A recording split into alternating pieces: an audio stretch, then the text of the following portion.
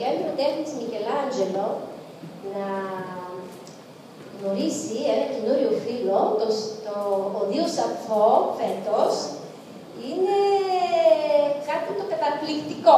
Δηλαδή πιστεύω ότι είναι η πρώτη μας συνάντηση τώρα και αυτό θα συνεχίσει, πιστεύω. Και ευχαριστώ πάρα πολύ τους μικρούς μαθητές του Δίο Σαφό, τους μικρούς μουσικούς μας, που θα μας δώσουν τη χαρά να τους ακούσουμε.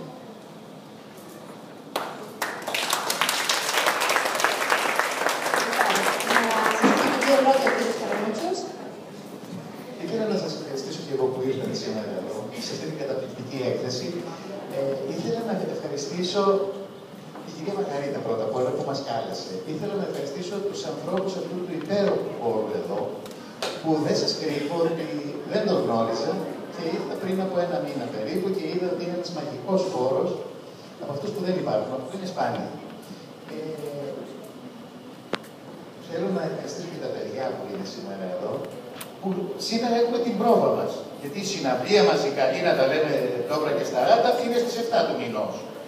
Έτσι, εδώ. Λοιπόν, σας ευχαριστώ πάρα πολύ.